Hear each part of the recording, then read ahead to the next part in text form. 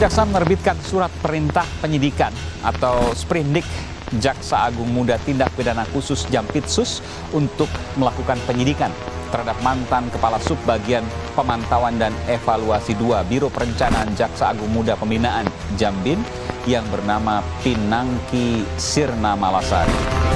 Pemirsa, polemik penyunatan masa hukuman Jaksa Pinangki Sirna Malasari oleh Pengadilan Tinggi DKI Jakarta terus bergulir. Sejumlah kalangan meminta Kejaksaan Agung mengajukan kasasi.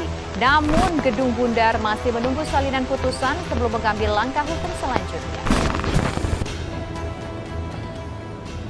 1 minggu terakhir ini saya banyak sekali dikontak oleh teman-teman media meminta tanggapan saya, Hinca Panjaitan 13, fraksi Partai Demokrat dari Komisi 3 DPR RI sehubungan dengan kasus Pinangki.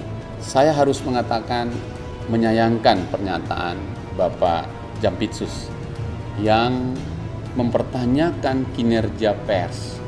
Kenapa sih kok terus ngejar-ngejar kasus Pinangki? Bukankah juga negara sudah mendapatkan 1 mobil BMW itu? Itu soalnya, sehingga teman-teman media ini merasa sangat tersinggung dengan statement itu, karena memang ini tugas mereka. Saya ingin mengatakan bahwa publik di luar sana merasa tentu sudah sangat kecewa atas putusan banding beberapa waktu lalu yang mengurangi hukuman Pinangki dari 10 tahun menjadi 4 tahun kurungan. Itu sebenarnya soalnya. Sehingga semuanya mempertanyakan, kok gini nih begitu. Itu rasa keadilan publik atau masyarakat. Tentu Kops teman-teman kejaksaan harusnya bisa melihat lalu lintas percakapan di media sosial terkait pandangan publik pada mereka. Itu yang harus kita amati. Nah, narasi Jampitsus tersebut yang menyatakan, kenapa sih ngejar-ngejar terus itu tentu menambah goresan luka rasa keadilan terhadap tubuh kejaksaan.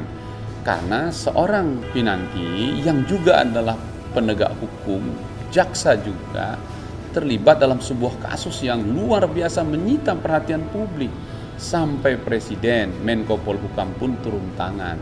Tapi waktu itu sudah tuntas. Ini bagus, kita apresiasi kinerja kejaksaan sampai menghukum Pinangki. Yang jadi soal, kenapa hukumannya dikurangi begitu banyak. Itu yang menjadi perhatian, rasa keadilan publik. Harusnya tentu teman-teman di kejaksaan bisa bangga dan bahagia telah menuntaskan kasus ini karena menjadi perhatian publik. Kalau enggak ini jadi hutang sejarah gitu dan menjadikan bau yang tak baik dari masyarakat kepada kejaksaan. Nah, ketika teman-teman menanyakan kepada kejaksaan terutama Jampitsus soal mengapa dikurangi hukumannya dan bertanya, maka sikap Jampitsus yang menyatakan, udah jangan kejar-kejar itu, bukankah BMW sudah disita untuk negara, itu tidak sebanding. 1 mobil BMW yang diagungkan oleh Pak Jampitsus untuk negara rasanya nggak setara membayar luka rasa keadilan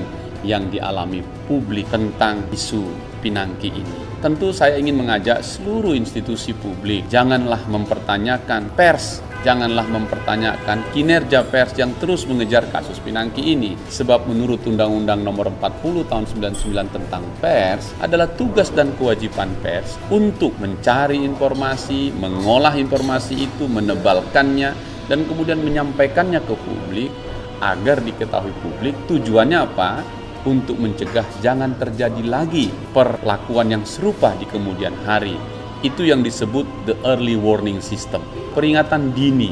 Oleh karena itu, semangat wartawan yang terus membombardir, katakan begitu, kasus ini dan mengangkatnya, itu artinya pesan kepada kita semua pejabat publik, tidak hanya kejaksaan, untuk berpikir ulang melakukan kejahatan serupa. Jangan korupsi lagi.